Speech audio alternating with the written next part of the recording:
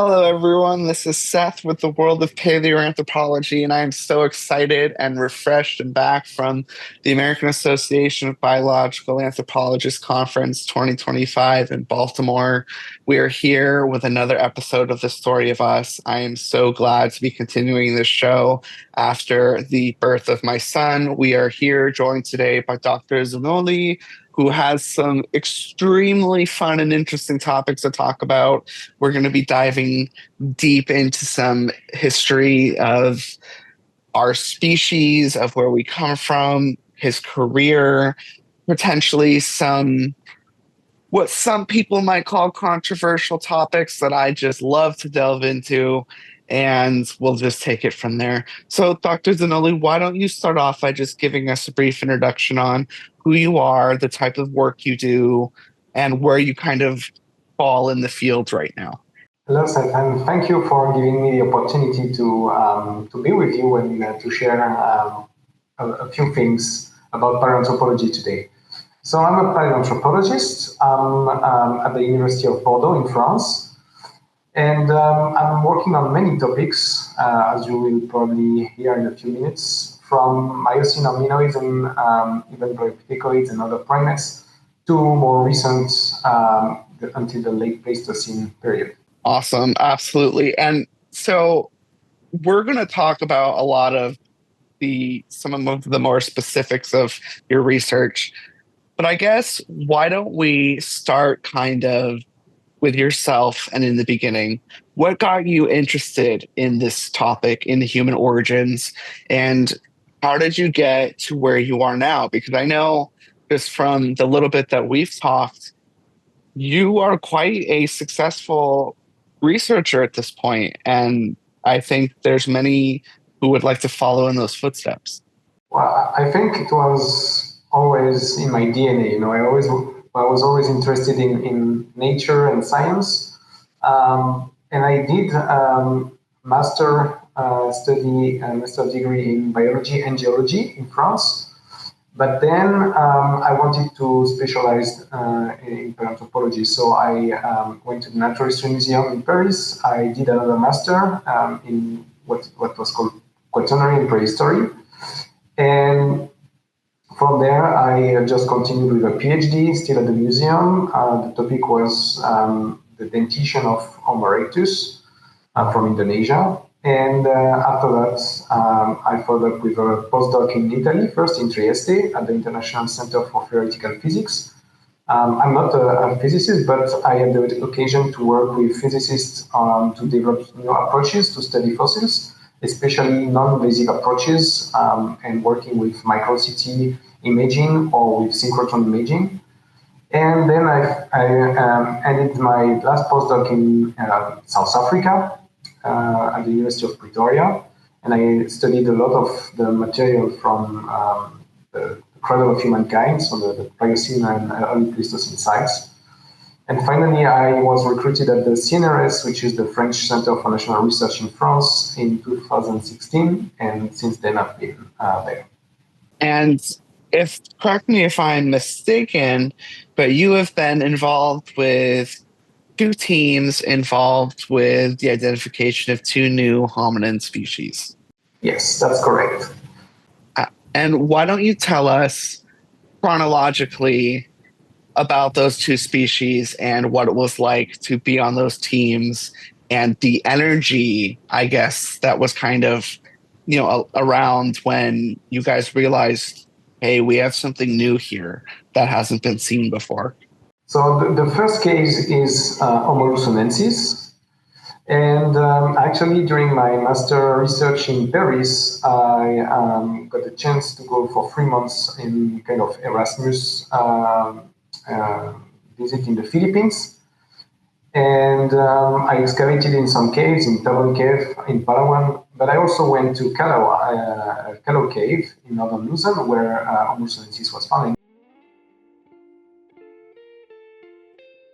I was there when they found the first metatarsal bone, and I still have the memory of my professor at that time, Florent Detroit.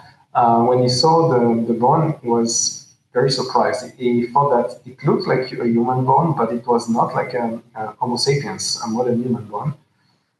He was not sure if it could be something more like an erectus, or even if it could be some kind of animal bone that he didn't know. So they studied the material, and ultimately they said, okay, it's human, but we don't know which species it belongs.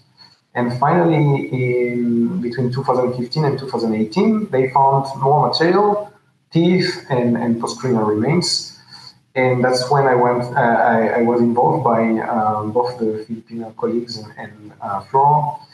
And they, since I'm an expert on dental morphology and dental structure, they involved me to study the teeth. And it was really exciting because the teeth are so small, and they have a very unique set of features. So they have a very derived crown in a way, because they look a bit like modern humans in terms of molar crown. But the roots are more physiomorphic. They look more the roots of erectus or Australopithecus or Hobbits. So that was a very unique mix. And when we studied the complete structure, actually we figured out that it's probably related to Homo erectus. Okay. Now, how does that? This is where we get a little into the fun of my brain starts wondering based off of the answers you provide. So for Homo florenziensis, I know that there are multiple ideas on obviously on how they got to that size, starting from decades ago, it's island dwarfism, to it was related to Homo erectus, to, from my understanding, the most current idea is it might actually be from something even more primitive than Homo erectus that somehow arrived on the island. You have two hypotheses, two competitive hypotheses in our field. Some people think that, especially because of the postcranium, that Homo floresiensis probably derived from Homo habilis or some kind of late Australopith. And the other hypothesis is that Homo floresiensis evolved from Homo erectus that was already somewhere in other islands, like in Java Island, and went through island dwarfism, in sort of dwarfism, to evolve toward a smaller stature. I think the second hypothesis is more likely, not because early on hominins could not arrive in Southeast Asia. Actually, I think they did, but based on cranial and dental morphology, the most likely hypothesis is that it's most similar to Homo erectus. And the reason why we find some very primitive looking aspects in the postcranium can be explained by insular dwarfism. And if you look at mammals, when they evolve in islands, they have a kind of reversion. I don't know if it's the right term, because it's not really a reversion, but we observe that the insular forms have the extremities of the lower limbs and even the anterior limb of the limbs that are looking like those of earlier species of these mammals. And so this is exactly what we can see in Homo floresiensis and also probably in Homo luzonensis. And when I studied the teeth of Homo luzonensis, actually I also studied those of Homo floresiensis, and they both fit with the general pattern in terms of dental structure of Homo erectus. So for me, it's the most likely hypothesis. Okay, I love that answer. That is a great response. And in terms of dating, which species were they coexisting on the different islands? Did one come after the other? They probably coexisted, or they probably have they possibly have a common ancestor besides erectus, in the sense that they derive from erectus, but it's possible that then erectus evolved in some of these small islands of Southeast Asia. And what is not clear yet is when and where they diverge.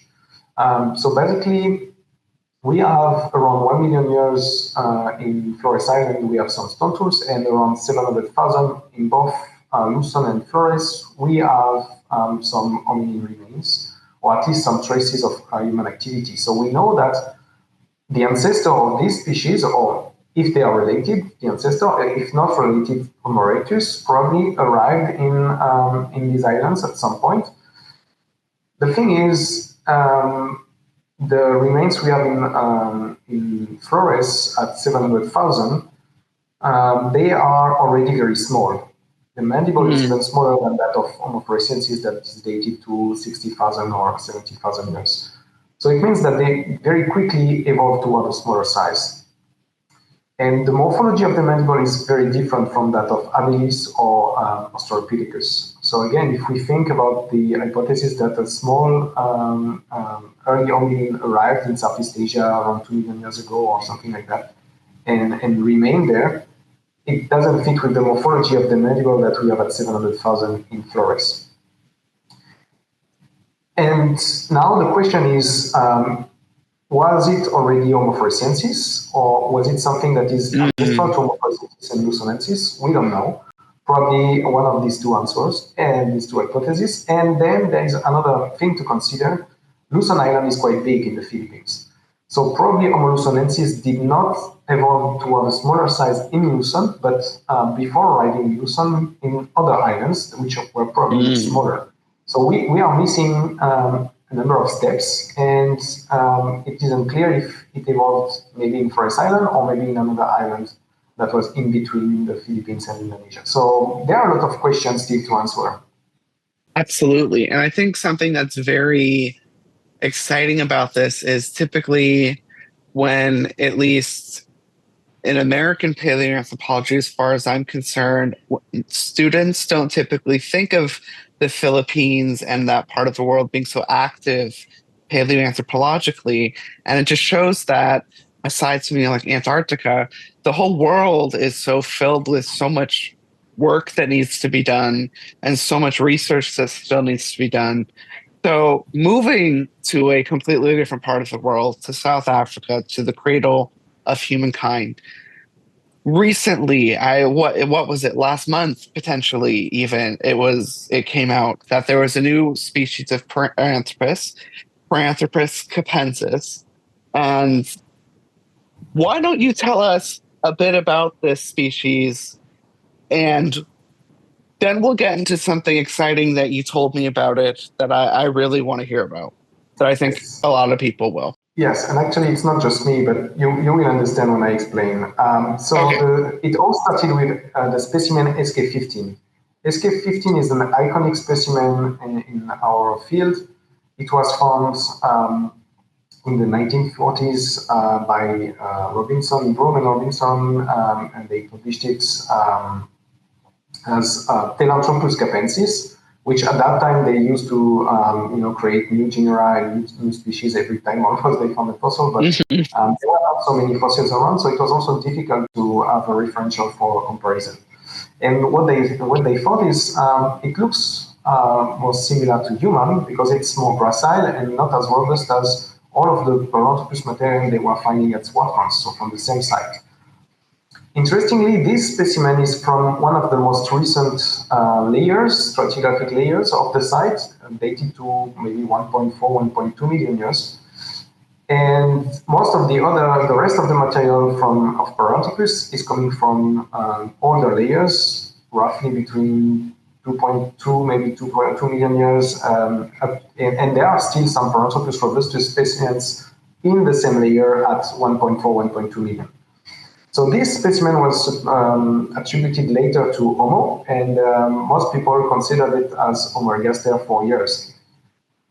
But when I saw it at the Dixon Museum, I realized that it's very thick in terms of mandible thickness, and the corpus of the mandible is very low, and the morphology of the teeth doesn't look like those of Homo ergaster or erectus. So I started to analyze the teeth, and I realized very quickly that the enamel dentin junction, so the dentin below the crown, And it's a very important part because it's preserved from taphonomic alterations and the natural wear, occlusal wear. When we are eating, we are wearing our teeth, and in this case, the enamel-dentin junction showed a very Paranthropus-like signal. So this is controversial in a way because until I started to work on this specimen, nobody has suspected it could be Paranthropus except Milford Wolkoff, who published a paper saying that it could be a more gracile specimen of Paranthropus, but nobody really, considered that hypothesis as a real possibility, and it was completely discarded for decades. So when I started to work on this, I published the first paper in PNAS in 2022, along with other fossils that were supposedly early Homo, which some of them were early Homo, and a number of other specimens were not, according to dental morphology. And the criticism I got was from many colleagues following this paper was, okay, you studied the teeth, but you didn't consider the bone morphology. And from what we can see, the mandible of SK15, the morphology is more similar to Homo, or what they thought Homo ergaster. And then I started to do a new analysis focusing on both teeth and mandible. And that's the paper that came out in the Journal of Human Evolution last 2 months ago now. And the reason why we attributed it to a different species, which is not Paranthropus robustus but Paranthropus capensis, is because it's more gracile, and the morphology is also very different for both the dentin and roots. So all in all, we decided to attribute it to a different species. And since it was attributed originally to Paranthropus capensis, by definition, we needed to use the same name of species as the first one that was attributed to this specimen. It was the holotype of Paranthropus capensis, so we had to use capensis as a species name. That's why we named it Paranthropus capensis. Okay, awesome background there. I love the history that you filled in. So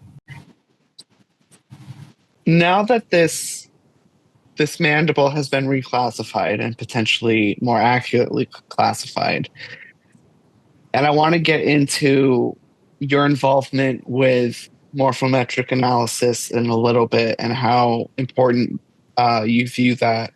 But you mentioned to me that you think, and apparently others agree, that this newly defined species, again, not a new fossil, this is not a new discovery that was made, just to repeat to the audience, this was a fossil that has been reanalyzed because it looked kind of funky to you. It didn't look like they said it looked like. This is where Homo naledi comes into the story. And now some people might be like, okay, wait. Homo naledi, I thought we were talking about Paranthropus a million years ago. You know what? Okay. And I said the same thing, and I've been very patiently waiting to hear about this and how the two are involved, because as my audience knows, I have taken a great interest in Homo naledi over the past decade, and I've been keeping everyone up to date on everything that I can that comes out from Rising Star.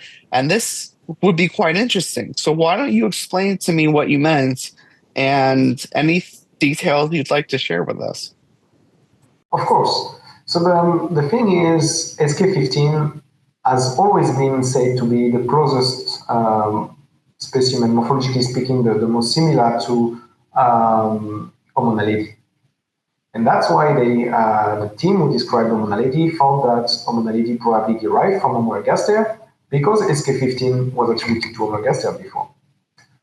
Now, if SK15 belongs to Paranthropus, and even if people don't accept Capensis, but even if they say it's a late Robustus, it still has very strong implications for Naledi.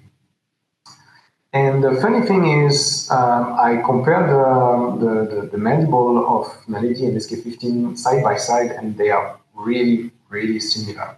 So now we tend to think that Paranthropus must be robust, whether it's Paranthropus robustus, Paranthropus boisei, or Ethiopichus. And that's something that is a preconceived idea that also myself I had before I started to work on SK15. But I have identified now a few other specimens from Swartkrans and maybe other sites in South Africa that were attributed to early Homo and probably belong to the species of Paranthropus capensis, or at least to Paranthropus. And they are much more gracile than anything we knew for Paranthropus so far. So maybe there is a gracile lineage of Paranthropus that evolved in parallel with more robust ones. I don't know exactly where it originates from. I suspect that it comes from South Africa, and the origin could be found maybe in Dreamland. The site of Dreamland has a mix of very robust and more gracile specimens. And the specimen DNH7, which is a beautiful skull, is not that robust, actually. Right. And if you compare DNH7 with Homo naledi, you can see a lot of similarities. Now you have to remember that DNH7 is around 2 million years old, while Homo naledi is supposedly 400,000 years old. So, of course, there are differences in terms of morphology, but these differences could be easily explained by the chronological time that is in between DNH7 and Naledi. So I showed a number of analyses at the last European Society for the Study of Human Evolution meeting in Zagreb. And I had some very positive feedback from all of the colleagues in the audience. So I think we need to reconsider Naledi, whether it's Paranthropus or maybe Australopithecus, because it's more gracile than what we think for Paranthropus. I'm not completely opposed to the idea, but I still see a number of very derived Paranthropus features in Naledi. Like, for example, the maxilla and the position of the zygomatic root is very Paranthropus-like. And a lot of features, cranial shape, even mandible shape, and so on, they are very derived compared with Australopithecus and very Paranthropus-like. So I think we need to reconsider that the fact that it belongs to Homo, and also it has a lot of implications. It means that Paranthropus or kind of Australopiths survived much longer than what we suspected so far. So it also means that they have probably their own ecological niche, and they also were not probably in competition with Homo. And there are a lot of things to think about. Absolutely, 100%. So I know this question has been asked many times, and I know this is not the first species this has occurred with, but do you think when Homo naledi was being designated, there was perhaps a push to put it in the Homo genus for reasons that didn't necessarily match its morphology, but perhaps to position it in a better way to get attention, perhaps?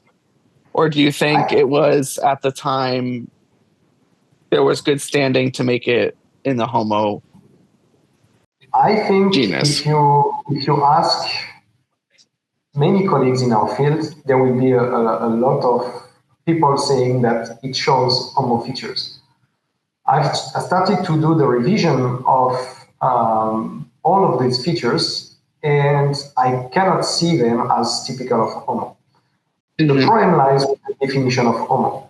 Our genus is based on Homo sapiens, and we are totally different compared with earlier hominins. So if we want to define species that lived even 300,000 years ago based on our own cranial and dental anatomy, it doesn't work. And that's probably one of the reasons why there are some issues with attributing or not some specimens to Homo. And now the second issue is that the cranium is quite rounded, and there are a number of features that were supposedly Homo-like. But it's also because in all of the descriptions and the papers that were published on Naledi, Paranthropus was almost never considered as for comparisons, for example.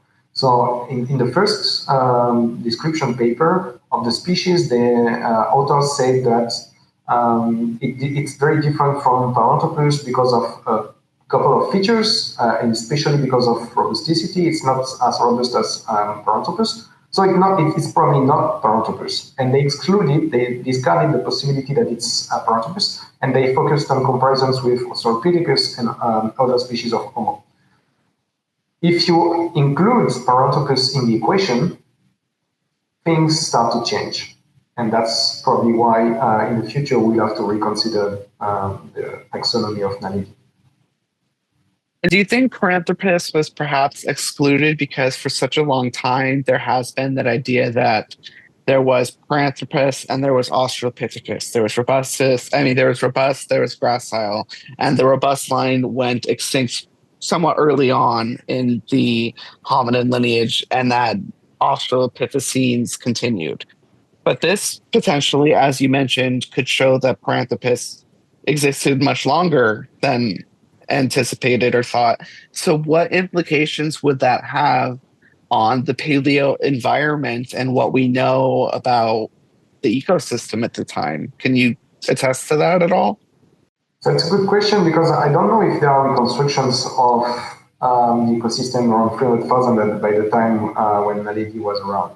But for sure, we know that Paranthropus robustus and probably Boisei were living in Africa until as recently as 1.2 million years, more or less.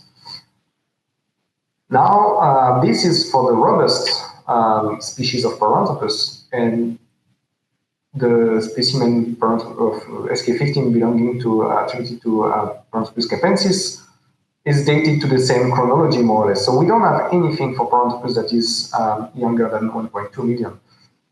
But it's not excluded that Paranthropus survived longer because we don't have any other sites in South Africa, for example. There is not any other site besides Naledi or later on with Homo sapiens. So in all of the latest early Pliocene to the most of the middle Pleistocene, we don't have any sites in South Africa and very few sites in Eastern Africa.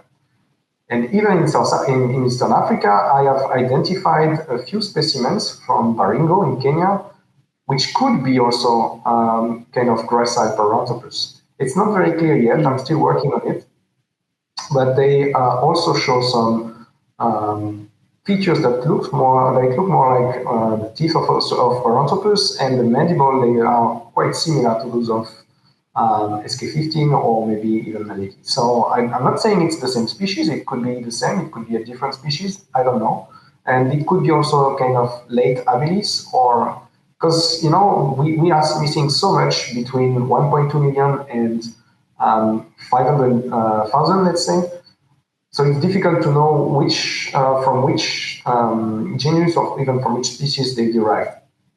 But for sure, there is more than what we suspect. So in terms of diversity. Absolutely. And I think, there's one thing that fascinates me and that has to be pointed out is, at least when it comes to Homo naledi, we only have that one location. There is no other location that we have fossils that have been identified as Homo naledi. And obviously, Homo naledi was derived from something. It came from somewhere. So, like you said, there's that gap, and we just need to fill in the pieces to figure out where Homo naledi came from so we can better understand where they fit in the greater puzzle of things. And if they are redefined as Paranthropus, having Paranthropus surviving to 300,000 years ago would definitely kind of remap the landscape of what we knew of which species were alive at the time. But this also brings up a story that came out recently from Turkana, where we see Paranthropus and Erectus walking literally within moments of each other. I'm hoping to have Dr. Hatala on the show in a few episodes to talk about that. And, we're just learning so much more about the cohabitation of species and the fact that it was not a linear one species at a time as we used to think it was.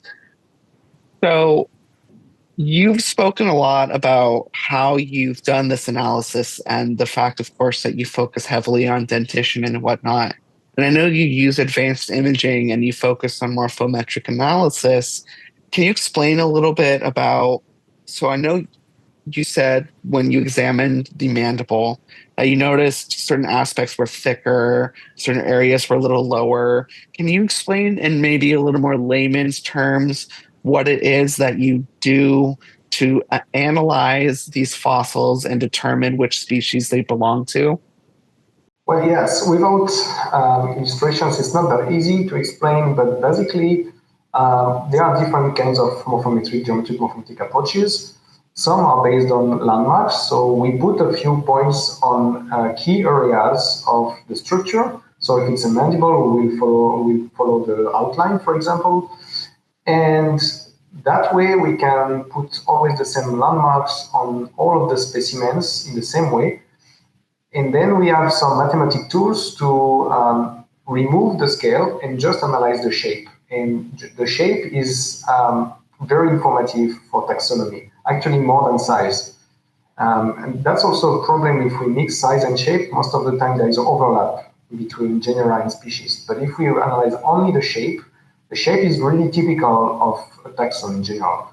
So that's one way to do it. And another way is more a recent development. We analyze the complete surface of an object. So that's what I'm doing for teeth. For example, the dentin morphology. You can imagine like a cap of dentin, and I'm analyzing the shape of this cap, again, using some kind of mathematical tools to compare all the different shapes among each others. And with this kind of analysis, it's possible to separate different species of hominins. And also, if we have one individual we don't know to which species it belongs, we can project it a posteriori in the analysis and see where it falls and make some interpretations. Perfect. I think that's a great way of explaining how to do it. And hopefully that makes it quite clear on how we can see why one species might look this way, that way, or why they're related or not related. So, Exactly. And if I can add something, I think one important difference with previous interpretations, especially, for example, in terms of taxonomy of SK15, why it was regarded as Homo ergaster before, and now we think it's probably a Paranthropus specimen. It's very simple. It's due to the change in methodology. Earlier in time, the colleagues used to either use some basic metrics or non-metric traits. The problem with non-metric traits, they are scored visually, and even though there are some kind of scales and ways to homogenize between researchers, it still the subjectivity remain quite important. With this kind of approaches, geometric morphometrics, we have almost no subjectivity because with landmarks, normally the subjectivity of placing the landmarks can be really reduced to the minimum level when you select the most important points. And if you analyze the complete surface of an object, then you have no subjectivity at all because it's just the surface. And if you remove subjectivity and if you add the quantitative analysis that follows with all of the mathematics, then it's very different from the subjective and personal interpretation of each researcher. And that's probably why now it's some interpretations have changed, and also it's improving the discrimination or interpretation of some fossils. so speaking on the future of the field and one of the things that I like to say about paleoanthropology is it's one of the fastest advancing fields in science, and at least in anthropology, the subfield. Do you think, and at what point do you think we need to do this? Do we go back and reanalyze all of our collections, all of our fossils, do morphometric analysis, use CT scanning, use all these more advanced technologies that perhaps fossils that haven't been looked at for 50, 60 years, reclassify them, redate them, redo all this work? At what point do you think we should is there a point where people should stop looking ahead and we look back a little? Do we have people do both? do we, how should the field progress so we actually know that what we're basing everything on is solid? No, I think it's already started from at least 10 years now. So the old collections have been reanalyzed using microCT imaging, and not just by me, but by a lot of colleagues around the world Mm-hmm. for collections in Africa, in Asia, and Europe. So this process has already started, but it doesn't mean that we cannot look for new fossils also. And I'm also involved in the fields in several areas, whether in Africa or in Asia. So I think finding new fossils is key to better understand what happened, because what with the old collections, we are still missing a lot of information. But I agree with you that we still need to look at some fossils that were not necessarily investigated for a long time, or not with the most recent approaches, to either check the taxonomy or maybe change a few things. Absolutely. Okay. And one question that I love to ask my guests that usually stumps them, they typically tell me it's one of the hardest questions I ask.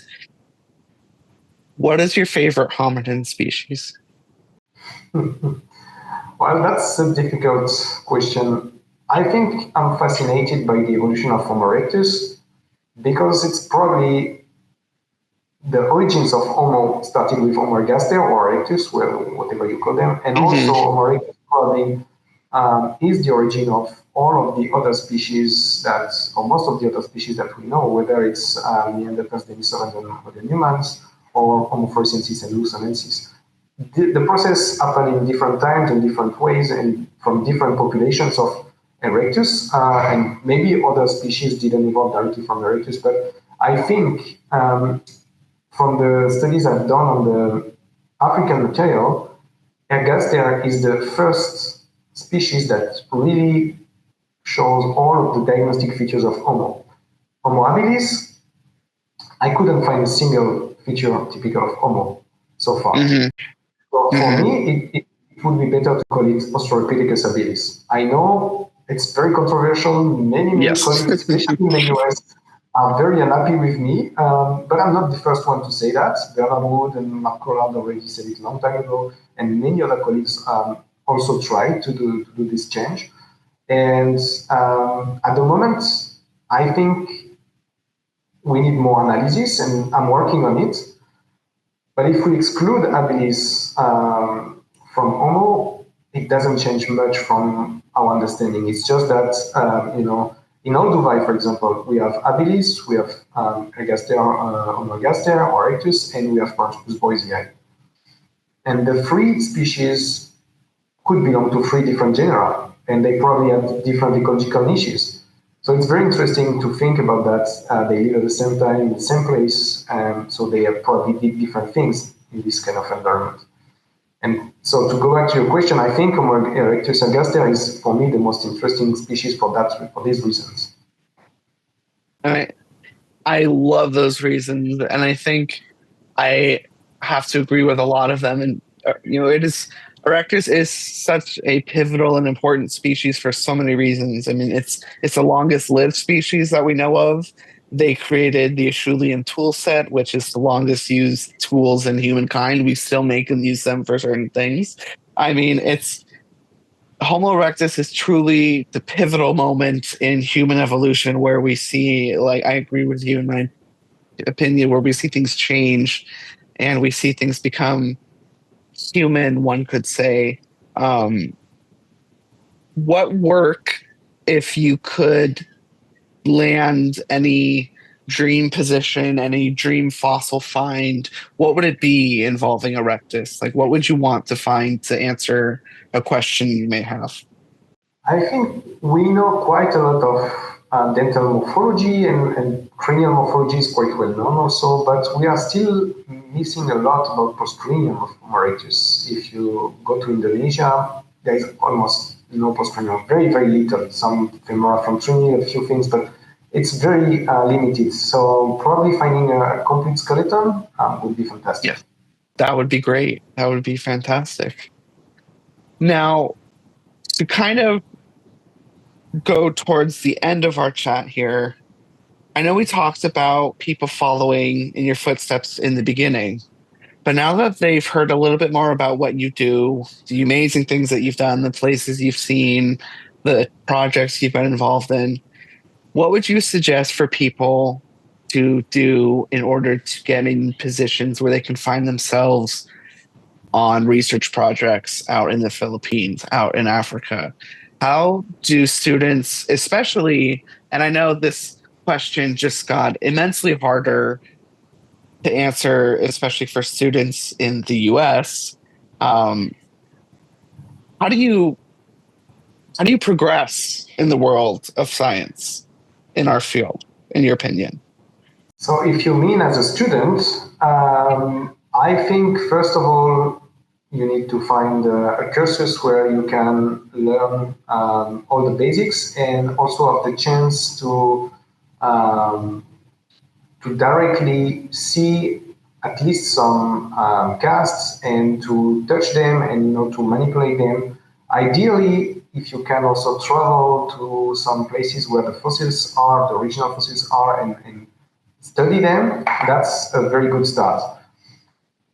And then, if you want to do a career, there is no clear path. But I would say that you need a lot of money, not personal money, but for research, and that's the most difficult thing to find.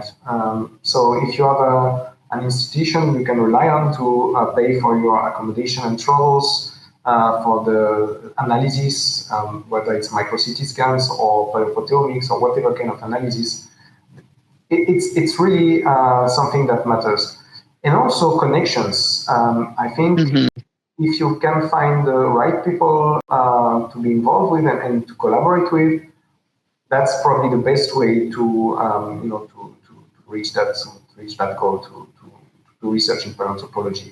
And you mentioned the Philippines. I think in the Philippines they would be more than happy if some whether students or researchers were interested to go there and work with them.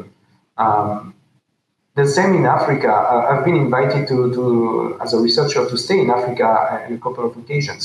I declined not because I didn't want to, but for several personal reasons.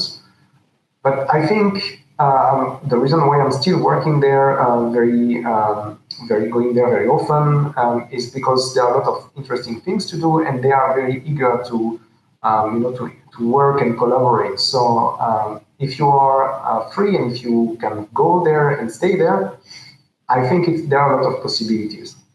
Absolutely. And I think that's a great thing about our field is there's so many possibilities out there. No matter your background or where you come from, if you have ideas and the passion and you want to help the world understand our shared human origins, then this field definitely seems to be kind of where a lot of people find themselves belonging.